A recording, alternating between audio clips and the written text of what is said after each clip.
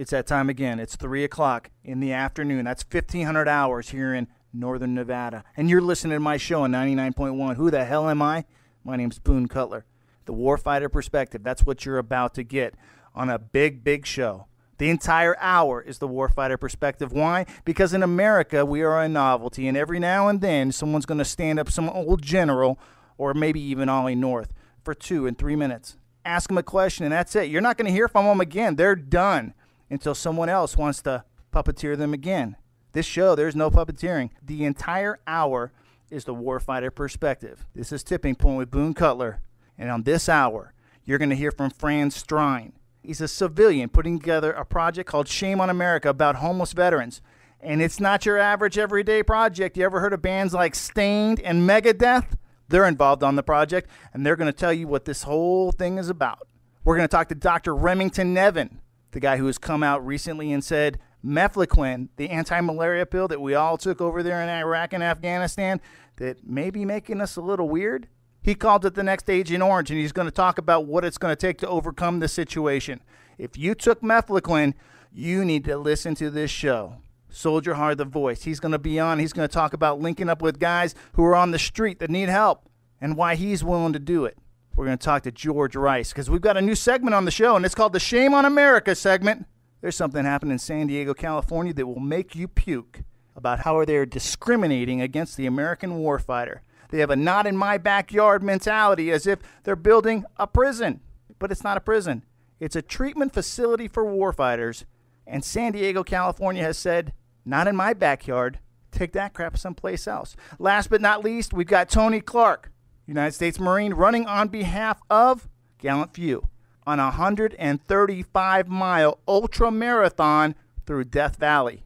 Set your ass in the seat. Let's get it on. Warfighters, anyone that ever stood behind or in front of a gun to protect America. I'm a real warfighter, dressed in fatigues. I will never lead you wrong, keep on following me. All these cowards all around us, yeah, we better than them.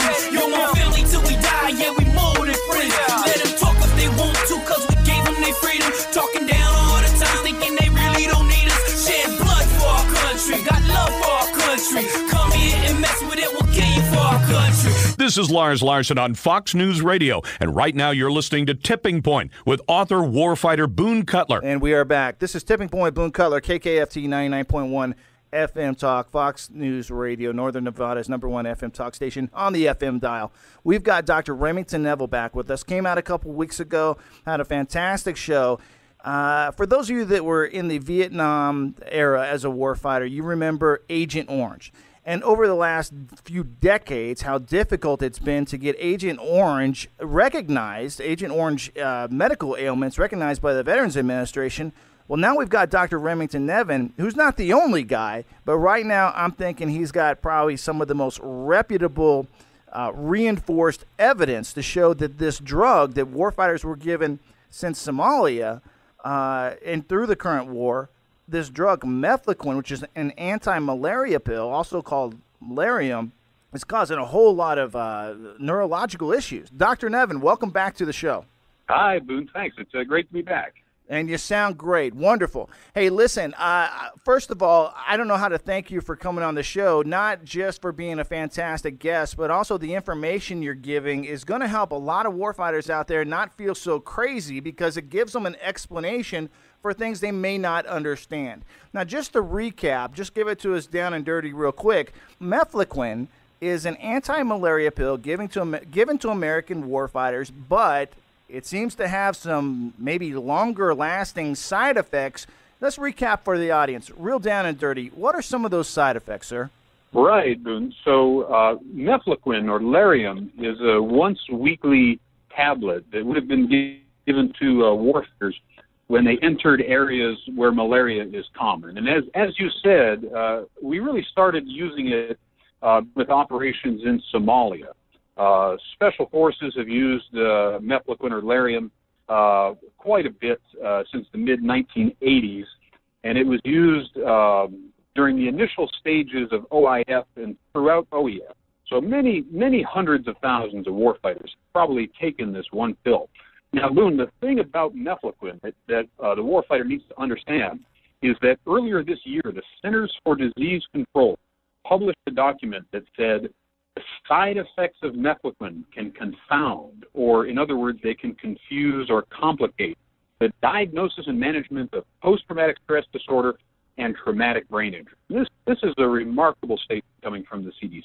So the Center for Disease Control has basically come out. Now, they're a credible entity, and they're saying the use of mefloquine is misconstruing the diagnosis of common conditions warfighters are coming back from the current war, traumatic brain injury and post-traumatic stress disorder. And it is also the reason, or can it be the explanation, for why warfighters that were never exposed to blast or were never exposed to any combat situations are also having extreme PTSD-like symptoms. Yeah, that's exactly right, Boone. Mefloquine is a neurotoxic drug.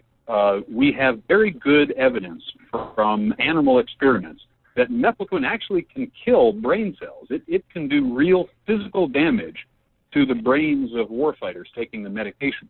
But it's more than that. It has very significant acute side effects as well. So in addition to producing a long-term neurotoxicity, the drug can produce a very severe short-term intoxication syndrome. And as the Centers for Disease Control points out, these side effects can mimic post-traumatic stress disorder and traumatic brain injury. Okay, now what can a guy who is, this is just part of the recap for those that didn't hear the show. I hope you guys go back, find it on YouTube. It's called The New Agent Orange. Just search Boone CUTLER, New Agent Orange, or Dr. Remington Nevin. But just to recap, some of those symptoms, doctor, those extreme acute symptoms, what do they look like? Right. So, Boone, if troops that were given the medication look at the package insert or wallet card that they should have been issued along with the medication, and unfortunately not to every soldier was issued this wallet card, but if they look at the package insert, the medication guide lists the side effects it can cause, and these include symptoms like anxiety, depression, panic attacks, hallucinations, psychosis, even memory loss. The package insert or studies that have been published in the literature all suggest that these side effects are not unheard of, and many of them are actually quite common. We think as many as 1 in 4, 1 in 3, even 1 in 2 people taking this medication will have some degree of psychiatric side effects from the drug, sometimes only for a few weeks, but occasionally for the whole time that they're taking the medication. And am I right or wrong in saying that we don't know if those side effects stop weeks, months, or even years? These side effects, if they create lesions on the brain, they can last forever? Is that true? Well, that's right, Boone, and this is what we need more research to discover and figure out. There's no doubt that mefloquine produces this intoxication syndrome that results in these side effects, and it looks like a lot of soldiers do develop a tolerance to this, and really all they're left with are some very vivid and occasionally quite frightening and disturbing dreams. And it's unclear, Boone, whether the people that experience more profound symptoms are the ones that carry the greatest risk of this neurotoxicity, this actual brain injury that results in permanent harm. But you know, Boone, you have to think about it this way.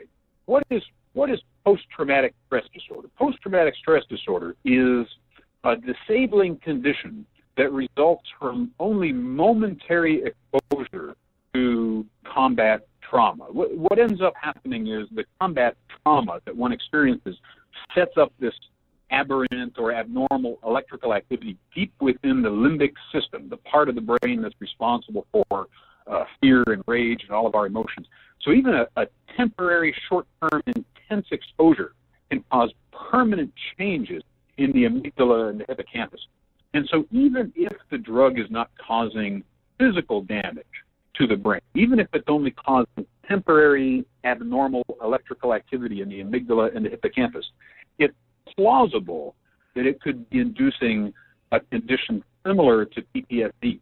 And actually, Boone, what we're realizing is that mefloquine acts on precisely those parts of the brain, the limbic system. Okay, well, Doc, I know that you've been up there, you've been on the Hill, you testified before a Senate Appropriations Committee. What committee was that, and what are you looking to do? Where do we go from here? We're identifying the problem. Now, how do we fix it? How do we stop this from being, honestly, a killer?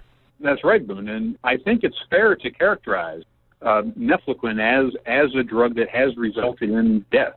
Mefloquine has been linked in the literature to well over a dozen deaths, most by suicide, but some due to very impulsive acts of aggression and violence. It's very clear that this acute intoxication syndrome is potentially life-threatening, both to the user and to those around them. But getting back to your question, Boone, what needs to be done? Well, we have such a tremendous investment already in research for post-traumatic stress disorder and traumatic brain injury. And yet, all of the warfighters that are suffering from these two conditions, many of them may have already been exposed to mefloquine. And we don't have a good answer to the question, what role is mefloquine potentially playing in these conditions? Ever since the Centers for Disease Control published that one document conceding that the side effects of the drug can complicate the management and diagnosis of these two conditions, I think since that time, we really should have been investing in research into understanding mefloquine intoxication and neurotoxicity. But so far, Boone, there's been no funding. The centers that we've set up in the Defense Department to investigate PTSD and TBI, they're not permitted by their charters to do any work into mefloquine neurotoxicity. So their mission needs to be expanded in order for them to be able to study this effectively. And also, Boone, there's been very little research directed specifically at the question of how is mefloquine affecting our troops.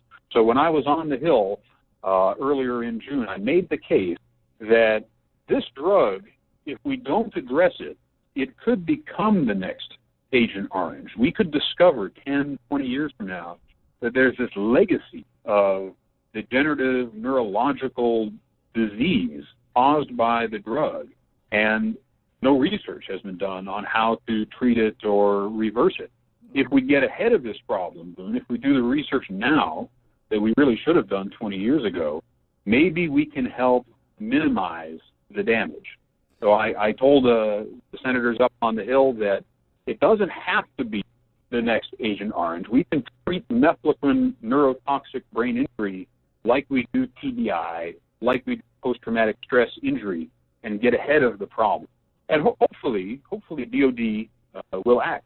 Well, Doctor, I hope they do act. We're almost out of time here, but I want to say I sincerely do hope they act. In my heart of hearts, I don't believe they're going to do the right thing. I think they're going to blow it off until there is a big stink about it. And with 50 million American veterans, currently living today, I think we can make a stink about it, but we've got to get involved. We've got to take care of each other because nobody else is going to do it.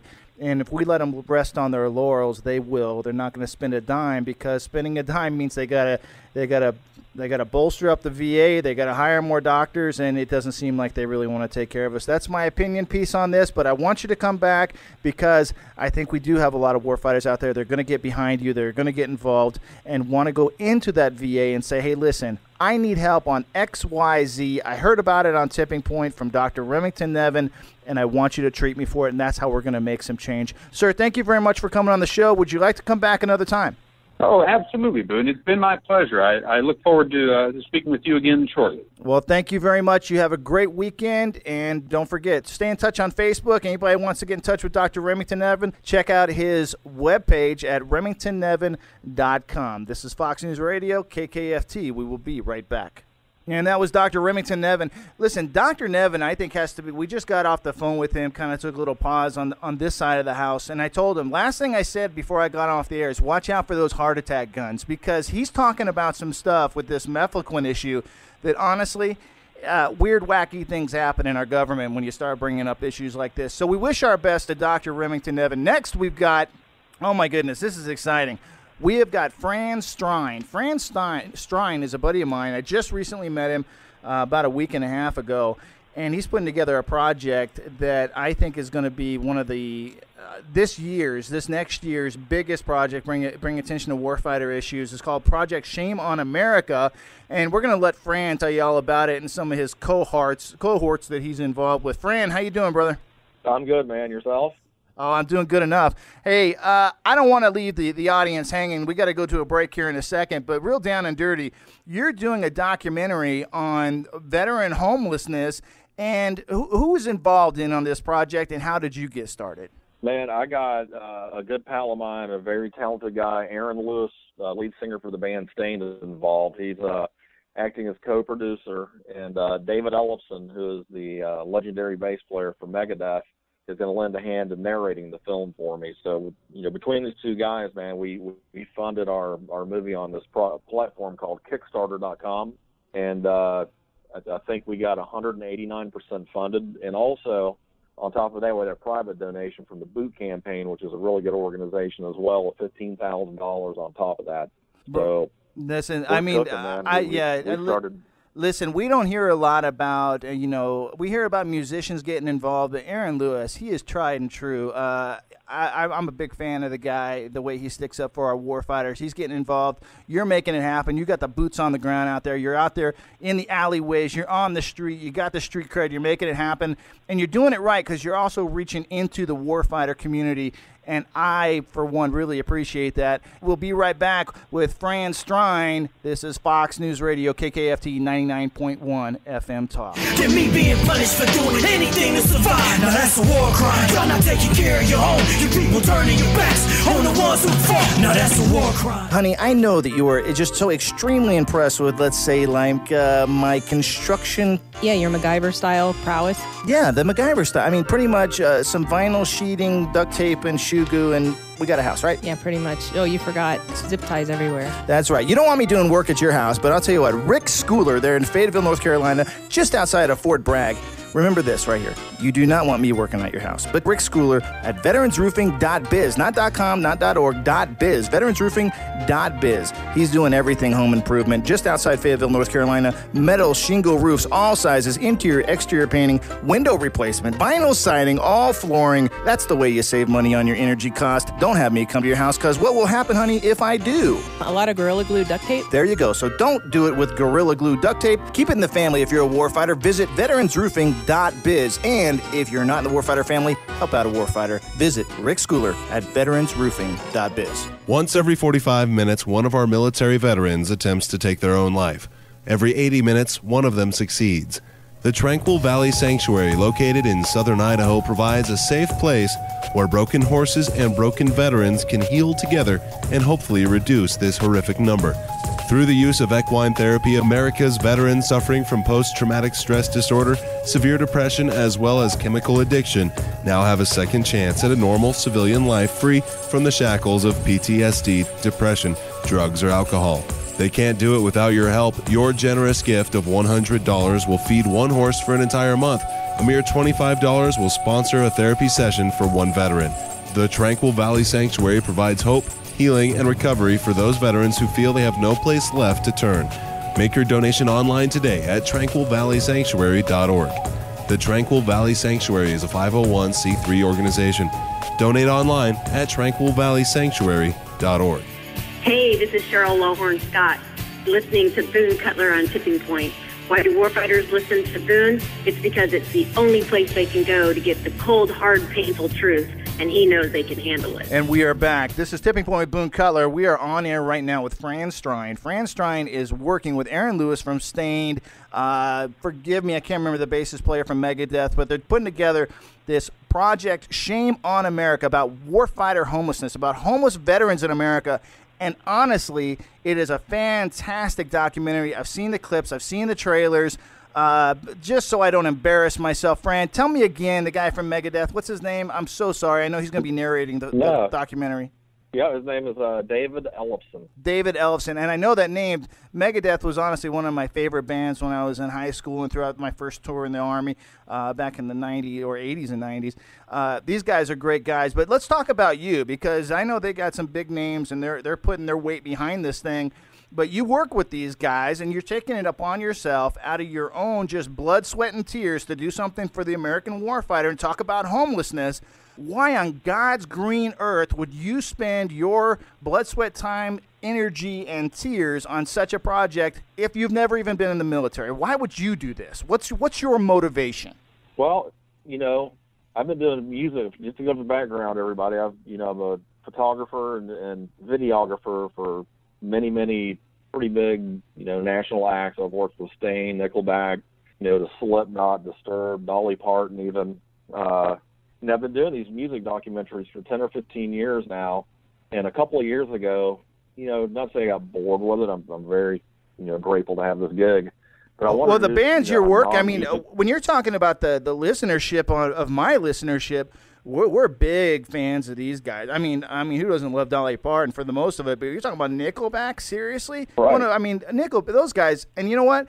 All these bands you're talking about, not only are they great bands, but they seem like just down-to-earth guys. I mean, just guys you could hang out with, elbow to elbow and drink a beer with. I've talked to you on the phone, and you're the same way, too.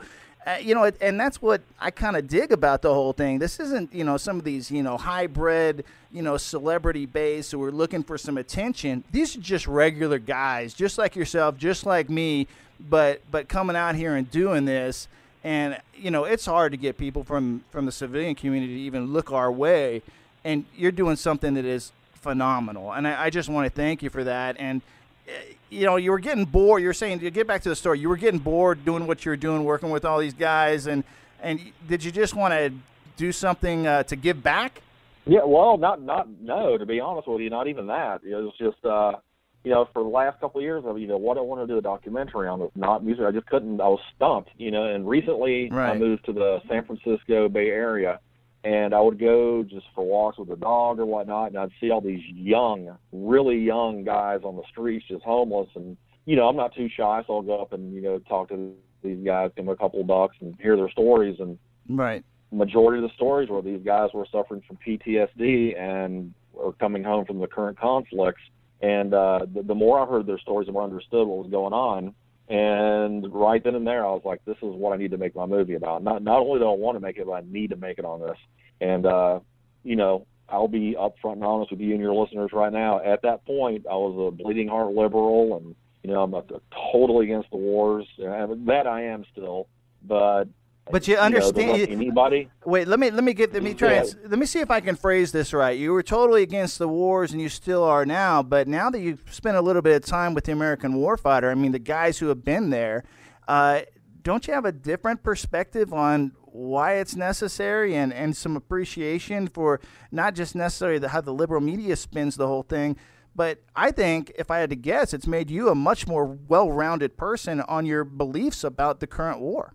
Absolutely, man. When I hear these stories of these guys and what they've suffered, and I got to be honest, I'll let you know, 6 out of 10 of the guys I talk to, I keep statistics, are now against the wars because they have no idea why they went. A lot of people are always like, well, let's not bash the wars because these guys want to feel like they fought for something.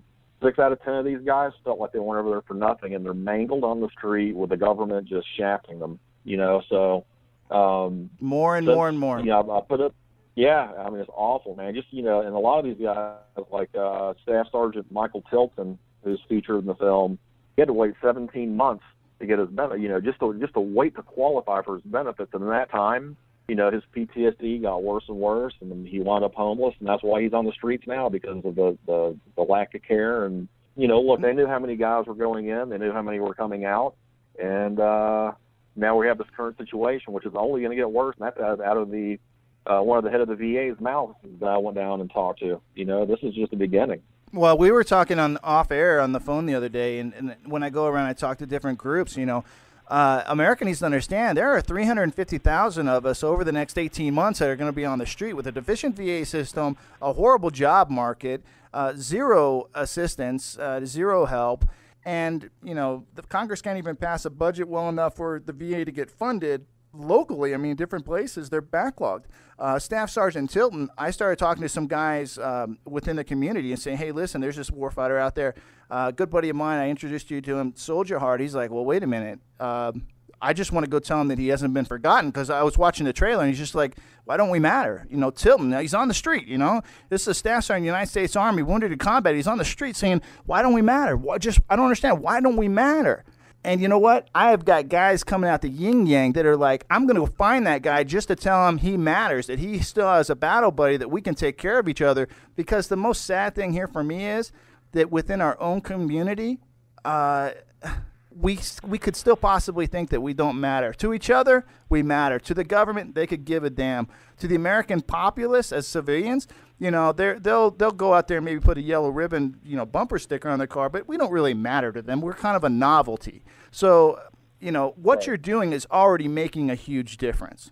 Well, let me tell you what happened the other day. I don't know if you saw the clip. Somebody sold his last pair of socks on the streets, and I videotaped it, and I put it up on our Facebook page and on YouTube or whatnot.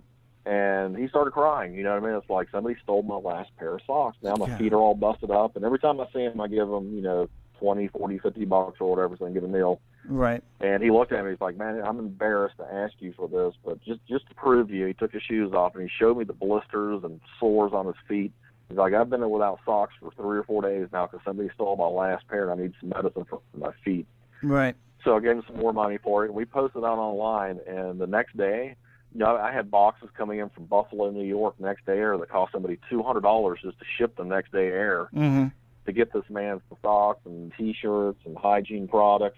And then yesterday we went out and, you know, Staff Sergeant Michael Tilton went out and handed away all this stuff to all these other homeless veterans. So, you know, the film's ready. The film's, we're still filming. I mean, we're going to be filming through August, and it's not even out yet, so we're already making a difference, man. People need to see this stuff and know these guys aren't drug addicts, aren't just bums on the street. These guys, you know, Michael Tilton gave up a piece of his thigh and part of his hand, you know, blown up by a suicide bomber.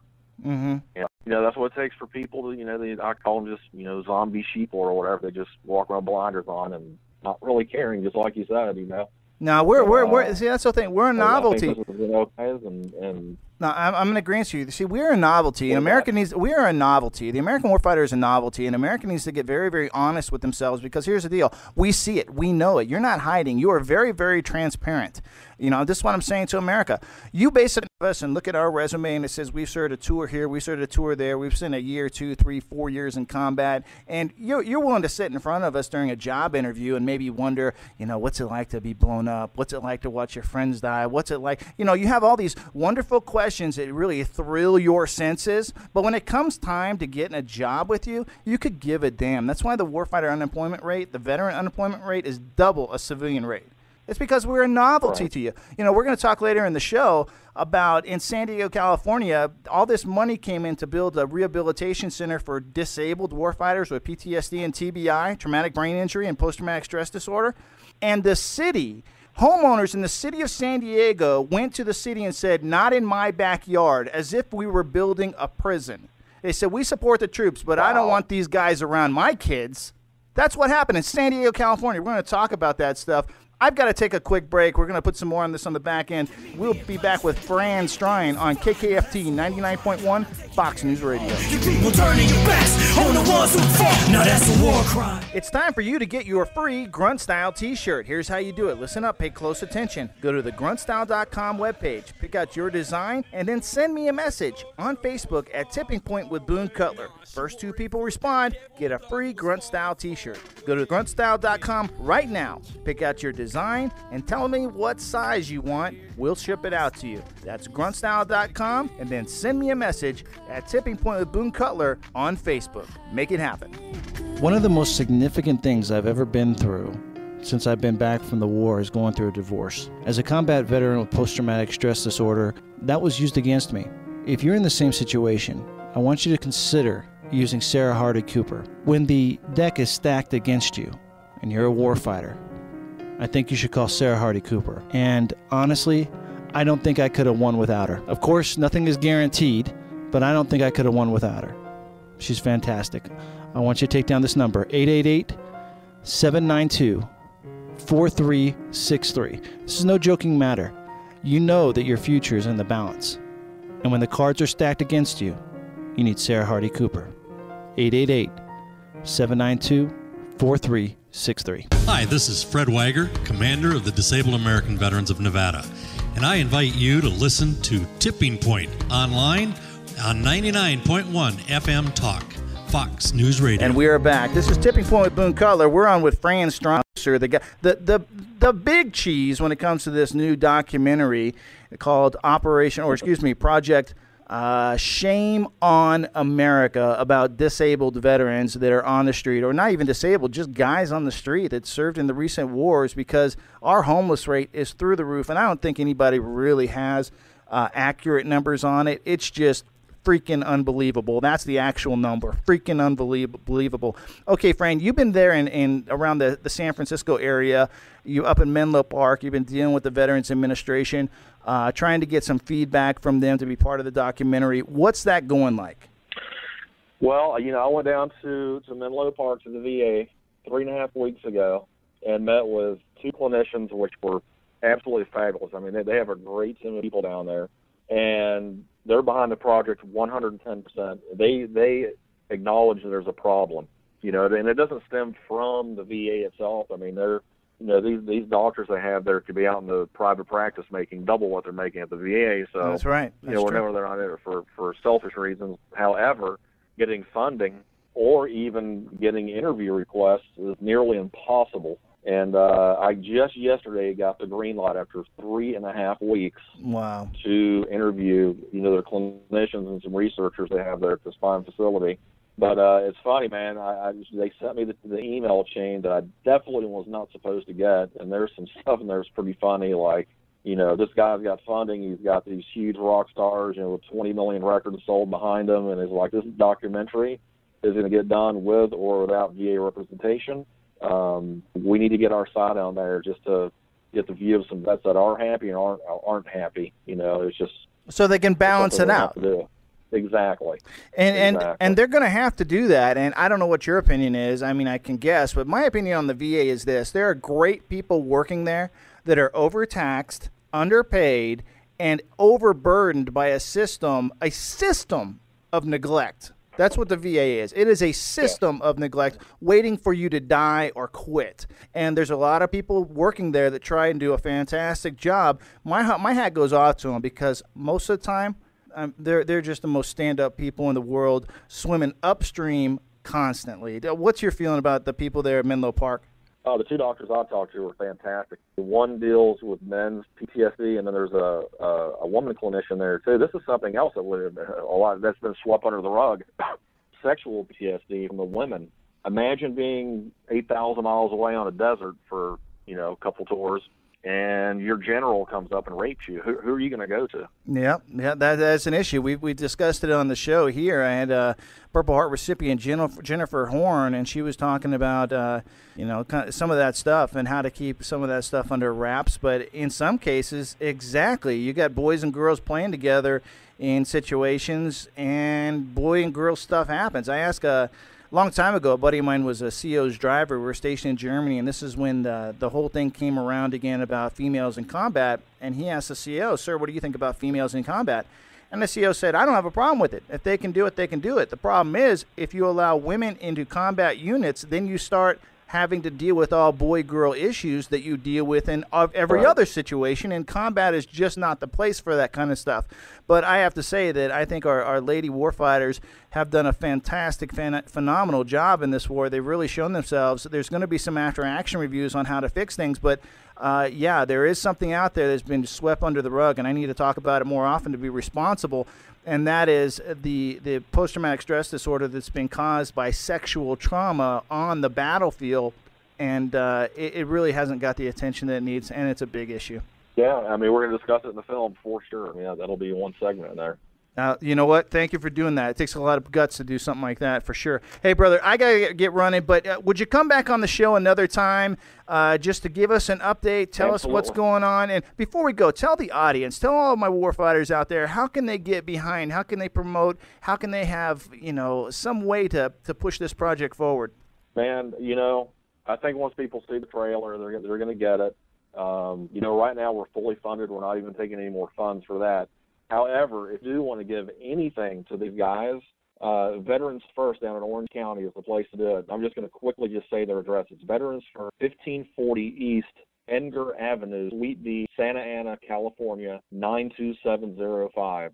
And they're a veterans working with veterans facility. There's no no huge PhDs in there. I mean, it's veterans helping veterans. Are fantastic, and that's where really quickly we're going to send Michael Tilton there on July 9th. We're flying him down there to start his journey back to normalcy. And so he comes out on the other end in this film, man. It'll be a great reveal. Outstanding, outstanding. Veterans First down in Santa Ana, California. Find it. If you're listening on the YouTube playback, just rewind it and write down that address. Thank you so much, Fran, and we'll welcome you back on the show here in a couple weeks. Get an update from you. All right, man. Thank you so much for having me on. All the way, brother. Out here. That was a great interview with Fran Strine. Now, when you put out an information broadcast in the warfighter community, things start to happen real fast. Next up, we got on the air Soldier Hard. He's a good buddy of mine. 3 combat tours. He was a tanker, a 19 Delta, or 19 Kilo, I think. We'll get that right, a Cav Scout. And he got the word about Michael Tilton, or Staff Sergeant Tilton. I hope I got the first name correct, but out there on the street, and he happens to live in San Francisco. And Soldier Heart says, "Hey, not on my watch. You got a warfighter close by. I'm going to step in." So let's get Soldier Heart on the line here. Soldier Heart, how you doing, brother? Hey, what's going on, Boone? How you doing? Thanks again for having me. Hey, it's always my pleasure, more than it is yours, bro. Okay, first of all, let's tell America a little bit about who you are. You run Redcon 1. It's a label. It's a hip-hop label. You did your time in the military. How much time were you in the Army? I did a total of 10 years. Did a total of 10 years and decided to hang it up and become a father that I wanted to be instead of a father I had to be. Well, you are a family man. I mean, everybody looks at your music and they kind of think it's the life of a musician is crazy and wild and all this other stuff. But you know what? Every time I talk to you, it's like, hey, can we do this? And you're like, well, first I got to take care of my kids, or, we got this going on, that going on, and you're a family man. Much respect for that. You're making hip-hop albums. How many people you got on your label right now? How many Warfighters on the Redcon 1 label? We got a total of 12 currently right now. We got 2 R&B singers, and the rest are hip-hop artists. Fantastic. So you've got a lot going on, and here's kind of where I wanted to get to. You've got a lot going on. You don't even know who Staff Sergeant Tilton is. I put out a help call, put some information out there to the community about if anybody's local, can you go just let this guy, just give him a kind word. And you don't even know Staff Sergeant Tilton. Why would you spend your time to go do something for a guy you don't even know? That's just how deep the camaraderie is, being in the military. I mean, yet I didn't know him, but we wore the same uniform. We both had U.S. on our uniform, and it is my duty, and it's everyone else's duty to watch their battle buddy. No matter what. No matter what. He deserved it. Just like all the warfighters, you serve your country, so we gotta look out for each other. So take care of your battle buddy. That's what they always taught us, right? That's right. That's what they say. Take care of your battle buddy, and that extends not just while you're in the uniform. You are a warfighter for life. That's the way I see it. Do you see it any different? Forever, yeah. No, definitely forever, till I'm done with here on this earth. You know what I mean? I'm always gonna be one. Just because I don't wear the uniform no more, I'm still gonna serve. I got you, brother. Okay, now listen, tell the audience, because they want to know. You went out there, you tried to conduct a link-up with Staff Sergeant Hilton. He's living on the street. I just found out from the producer of Shame on America that just a few days ago somebody stole his last pair of socks, and people tried to step in and get him some foot gear, some medical aid equipment to take care of his feet. He's out there. He's on the street in Embarcadero and Market Street there in San Francisco. You went out looking for him.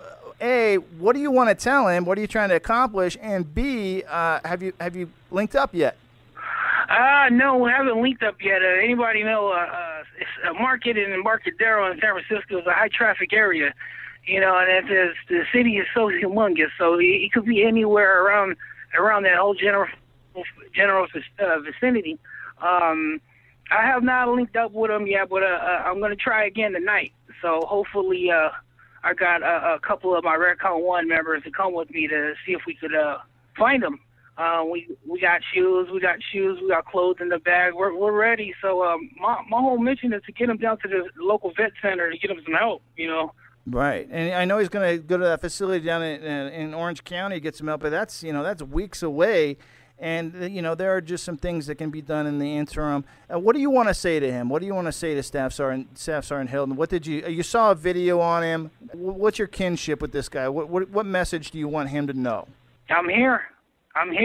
Myself and my team, the whole Warfighter community, including Boone, we're here for him. We didn't forget him. You know what I'm saying? And I think a lot of people need to know that they're not forgotten. You know what I mean? Give them some hope. Right. But okay, brother. Hey, I know you're a busy man. I know you got stuff going on. Give yourself a quick plug. What's going on there in the Recon One community? Any shows coming up? And I know you had a release of therapy sessions, a new CD out. How can people get a hold of that new CD? Yeah, this is actually going to be released in about 2 weeks from now on July 18th. I'm going to release my album called The Therapy Session. You know, it's hip hop and it's got R&B influence and got some reggae in there.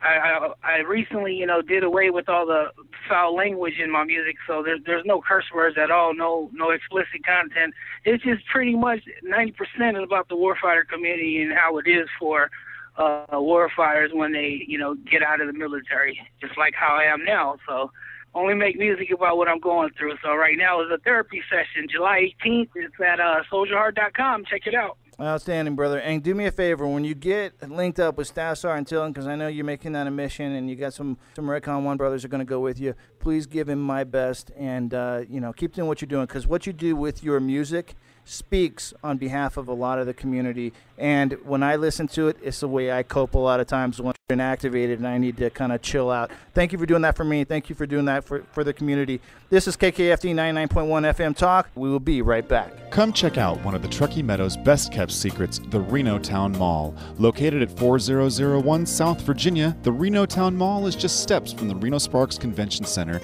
and is home to a variety of merchants, including a full-service grocery store, the all-new Food Source. Other tenants at the Reno Town Mall include the Washoe County Library, Burlington Coat Factory, Hong Kong Nails, Judy's Dance Shop, Milka's Hair Design, and the New Horizons Computer Learning Center. This unique urban mall will fit in perfectly with your busy lifestyle. Stop at the Aroma Club Cafe for your morning coffee, or perhaps a quick business lunch at Round Table Pizza. Check out the great works of China Import Store. The Reno Town Mall is also home to the Reno Sparks Convention and Visitors Authority and Nevada Matters Media. Come join the audience as we record live radio shows. Stop by the Reno Town Mall today for the best Reno has to offer. For more information, visit us online at renotownmall.org. Let me tell you about a brand new program they have right here for My Journey Home of Nevada. It's called Help a Veteran. That's right. You can help a veteran with only $250 and receive 10 free 1-minute spots on Fox News Radio. Your donation will also allow you to receive a free app for your business on your iPhone or smartphone. Plus, when you do this, you can dedicate a computer, mouse, monitor, keyboard, and it's already loaded with Microsoft Office and Windows 7 for the veteran of your choice. You can donate it yourself, or you can ask My Journey Home of Nevada to actually give it to the next veteran on the long list of veterans who are trying to get back into the workplace and into society. Let me recap. 10 1-minute spots on Fox News Radio, Nevada Matters programming on weekends, plus a computer, mouse, monitor, keyboard, all loaded, as well as a free application. Give us a call today, 775-827-8900. This is Frey Dog, United States Marine combat veteran, Fallujah 2004. You're listening to Tipping Point with my battle buddy, Boone CUTLER. And we are back. This is Tipping Point with Boone CUTLER on KKFT 99.1 FM Talk, Fox News Radio, Northern Nevada's #1 FM Talk. Hey, listen, we're going to start a new segment. This hasn't been done before. This is the premiere. So if you're listening there, you're driving in your car, maybe you're at Tahoe, maybe you're over by the Reno Town Mall, maybe you're over there, I don't know, by the Meadowwood Mall, the Summit, wherever you're hanging out this Saturday afternoon, count yourself lucky, because you are about to hear, for the first time in its existence, the Shame on America segment of Tipping Point with Boone CUTLER. I'm proud of my flag and I fought in the war. Yeah, before I stand hella tall, ignore a veteran down. Shame on y'all. And we've got, for the first time, George Rice. He is a warfighter, served in combat, served this country with distinction, and he is our guest. I know him from Facebook. I get people from Facebook contacting me all the time about, hey, Boone, did you hear about this? Did you hear about that? And some of it is not only newsworthy, but some of it I think I need to pass on to the American people. And George contacted me with a shameful story about something happening in San Diego, California, being reported by our wonderful warfighter friend George Rice. George, thanks for coming on the show. Please tell us all. Hit me with your best shot. Tell me about this shameful situation in San Diego, California. Hey, Boone. Thanks for having me on your show. Hey, it's more my pleasure than it is yours, brother. I don't mean to cut you off, but I'm too excited about this thing. Shameful. San Diego, California, hit it. Well, I'm excited about your segment, but I'm not really excited about what I'm about to tell you. Out in San Diego, California right now, you have the VA that was about to pump $30 million into a facility for OEF and OIF vets, mainly treating PTSD and TBI. Wait a minute. You said 30 million? $30 million is what the VA was going to pump into this facility in San Diego, California. Okay, $30 million. And for the audience that doesn't know, OEF and OIF is the war in Iraq, and OEF is the war in Afghanistan. So we're talking about Iraq and Afghanistan veterans. San Diego, California, where Camp Pendleton is, Miramar, Coronado has a huge contingent of warfighters from the Navy and from the Marine Corps. $30 million, VA is going to spend it to put into this facility. What happened? Well, the local community around it, I guess there's a charter school a block away, and the local community kind of got an uproar about it. I don't know why. For some reason, they're saying that they don't want these veterans with PTSD and TBI coming around their neighborhood. I mean, wait a minute. It sounds to me like they thought we were going to build a prison or something, or some kind of insane asylum. That's what you would think, right? But yeah, no, it's like 40-bed patient center. A 40-bed patient center, and these people are developing a not in my backyard type of mentality. Is that true? They actually got quoted for saying that we don't want to come off as that type veteran. We just don't want to around our families. Oh my gosh! I don't want to be counted as anti-veteran, but I don't want veterans around my family. You know what? That's kind of like saying, "Excuse the white hood. Don't consider me a racist." It's ridiculous. It's a real messed up situation. I mean, how is that supposed to make me feel? How is that supposed to make us feel? Well, how does it make you feel? You say, "How's it supposed to make me feel?" How does it make you feel? It makes me feel ostracized. Like there's something wrong with me. Like that I can't be around. I mean, I don't want to be around these people to begin with, but I don't want to even be around them now that they don't even want me there. And I'll tell you the saddest part about it is that we're so misunderstood. These people think that we are these incredible monster, zombie, violent offenders. What they don't realize is we're just trying to isolate ourselves 90% of the time. We just really don't want to be a part of anything, and we don't like crowds. We're not going there so we can hang out in your front yard, people. We're going to show up. We're going to do our thing. We're going to listen to our iPods. We're going to get our treatment, and then we're going to leave. I mean, this is ridiculous. It kind of reminds me of, when AIDS started being recognized as an epidemic. People were freaking out around gay people. It's so misunderstood. And here's the thing. Of no fault of their own, these warfighters have been injured. Of no fault of their own. These human beings are injured and in this condition because they volunteered to take care and defend the same people that are ostracizing them. Shameful, shameful, shameful, San Diego, California. Got a situation going on down here in Hidalgo County. Wait, there's what? There could be more than one shameful situation? What is happening in Hidalgo County? We got 1 minute. Hit it for me, brother. Well, we have a deputy down here. He's, I believe, an OIF veteran. He's currently in the National Guard, served his time active duty in the National Guard now. And recently he got required to go out on shift for political campaign reasoning to support a local sheriff. On shift, wearing a political campaign T-shirt. Well, anyways, the media got hold of this, and they were going to press charges against the sheriff for doing this. So when they got back in, they're like, hey, all you need to pretty much take vacation for your last shift. Okay, wait a minute. Let me spell it out for the audience. It looks like this. You've got a warfighter. He's also a deputy there in Hidalgo County, Texas. His boss, the sheriff, says, you're going to go out to this place and you're going to basically look like you're campaigning for me because that's an elected office. And he says, okay, you told me what to do. I'll go out there and do it. Comes back to the station, and the sheriff says, hey, wait a minute. I could get in trouble because I can't use you for political campaigning. So to alleviate myself of that problem, you're going to have to use the time you spent helping me as your vacation time, and I can't pay you with county dollars. Is that what occurred? That is what happened, and this guy refused to back down, and now he's being investigated by Internal Affairs for back talking to brass, which never happened, and he's going to be unemployed in the next couple of weeks. So they're setting him up, so it sounds, because he refuses to do something that is corrupt. See, America, people got to get this thing. we don't deal with corruption very well. We've seen what it does to other countries, and we're saying we're not going to have that in our country. We are righteous, honorable people, and if you're doing the wrong thing for the wrong reasons, we're going to call you on your crap. That's the whole sentiment. George, thank you for joining me on this segment of Shame on America. Hey, stay in touch on Facebook, and you find anything shameful out there, people, hit me up. Come on the radio. Let's talk about it. Next up on the show, we've got Tony Clark, Warfighter, United States Marine, and he's doing something fantastic. I know you have, this audience today has sat through one heck of a show. I mean, it's been jam-packed from the beginning.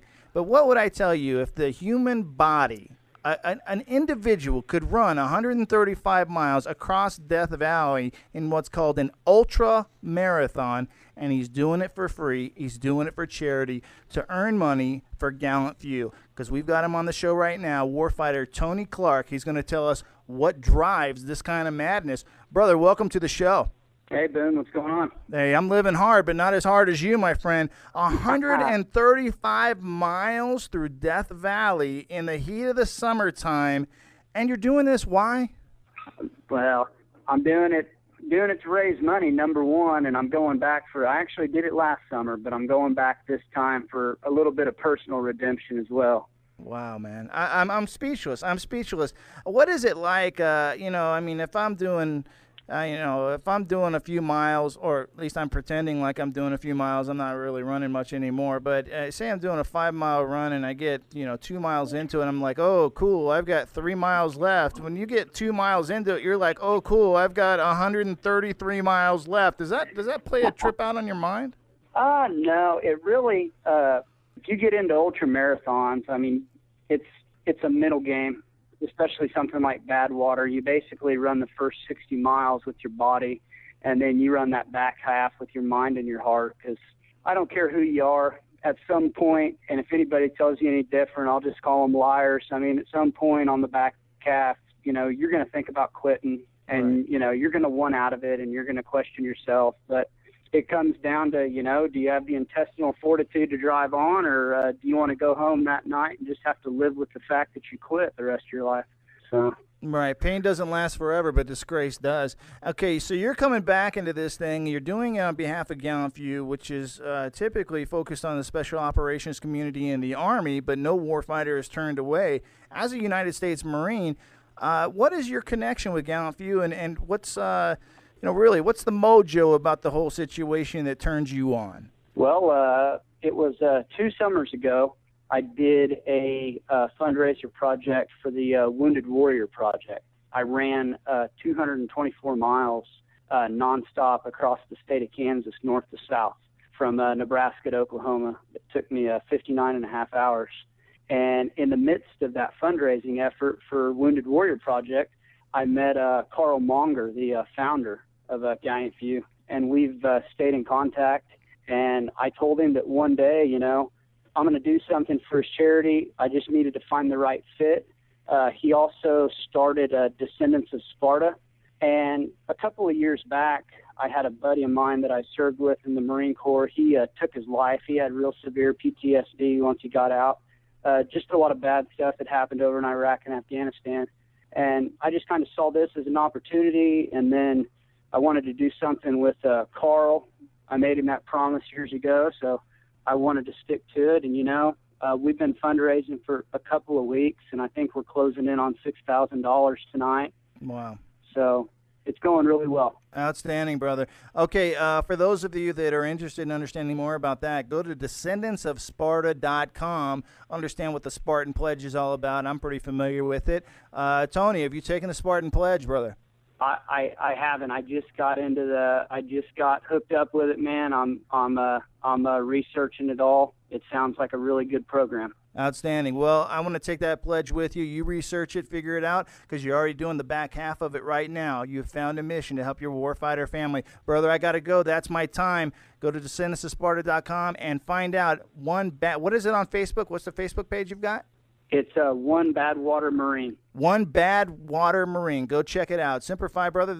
Check me out on Facebook. That's Tipping Point with Boone Cutler. And remember, there are 2 things every warfighter needs to survive in any operational environment. That's a battle buddy and a mission. all the way. Make it happen. Get me being punished for doing anything to survive. Now that's a war crime. Y'all not taking care of your own. Your people turning your backs on the ones who fought. Now that's a war crime.